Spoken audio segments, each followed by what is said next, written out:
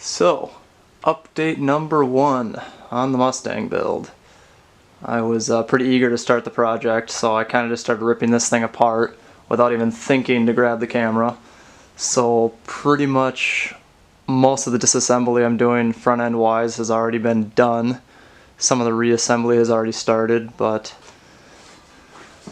nothing too interesting. I'm sure you don't want to watch me disassemble a completely stock car, so just usual shit. Motor trans came out, K-members out, control arms out, struts out, all the cooling system, AC deleted, blah blah blah.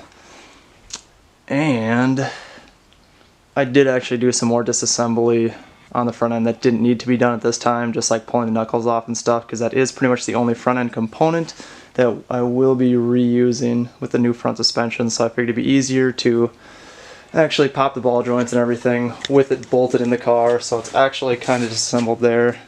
Stock K-member, control arms, yada yada. And then I already went ahead and mocked up the AJE K-member. Rack is on it already.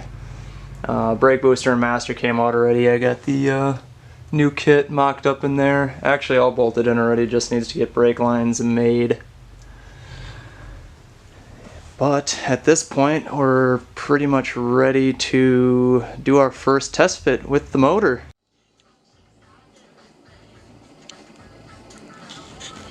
This is what we're working with for a motor here.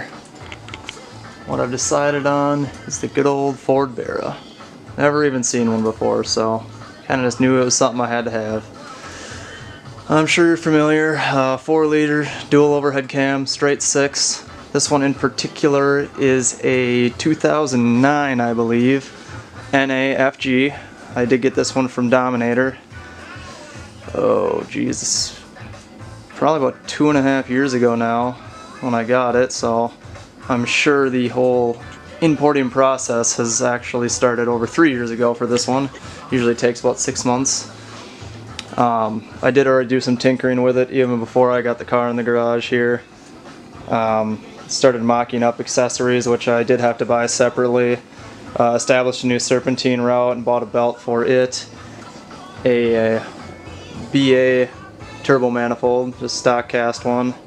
Just got like a little hole set on there right now for mock-up. Not sure the exact configuration I'll be using for turbocharger, but probably something similar to this. If I decide to use this one, I'm sure it'll need a good rebuild. I also do have a smaller hot side housing for it, depending on what kind of range we want that thing to spool up at. So, but other than that, this baby is ready for her first test fit. Predictions so far on how this thing is going to fit. I think it's going to be very tight, and I mean that side to side. You would think with it being inline 6 that there would be plenty of room, but since I'm going to start with using the stock NAFG intake with a factory manifold, which is a low mount turbo, she's going to be barely fitting between those shock towers, it looks like.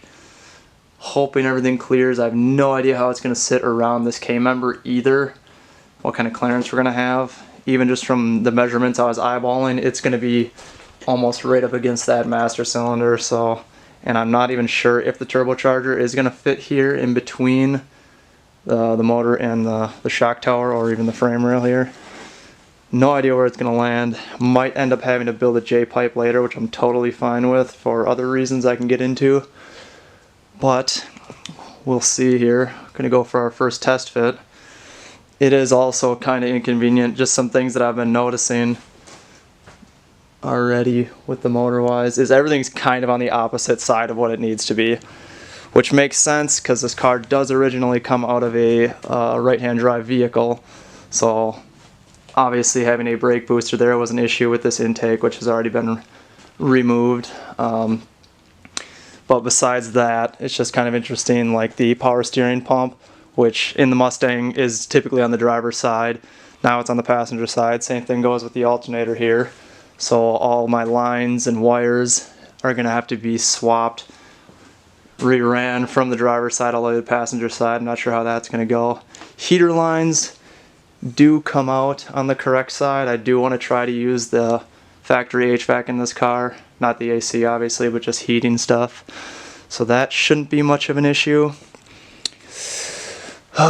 Intake is on the opposite side. That's not a big deal though.